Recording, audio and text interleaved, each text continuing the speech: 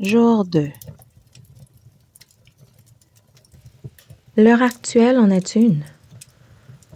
Tout, en effet, indique que l'on peut désormais être assuré que cette longue controverse tire à sa fin.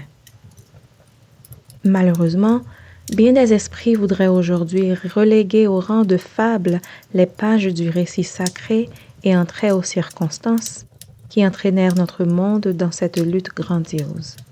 D'autres, sans adopter cette opinion extrême, inclinent à envisager ce récit comme suranné et, partant, le traitent avec indifférence.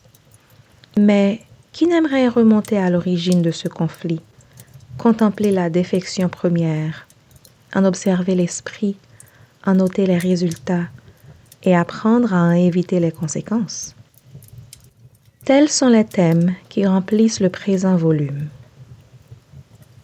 Il fait naître dans l'esprit le plus vif intérêt pour une importante partie de la parole de Dieu.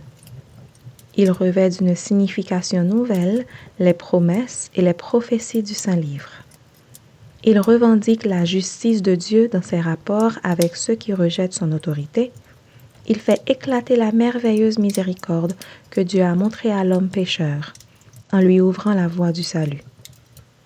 Le lecteur assiste ainsi au développement des desseins de Dieu au sein de l'humanité, jusqu'à l'époque la plus glorieuse de l'histoire du peuple élu.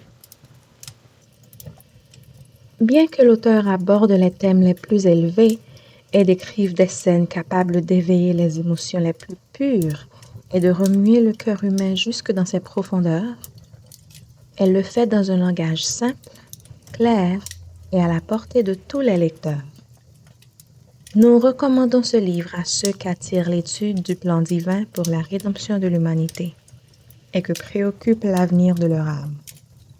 Nous le recommandons aussi à tous les autres, assurés qu'en abordant ce livre sans parti pris, ils seront bientôt charmés par les vérités vivifiantes offertes à leur méditation.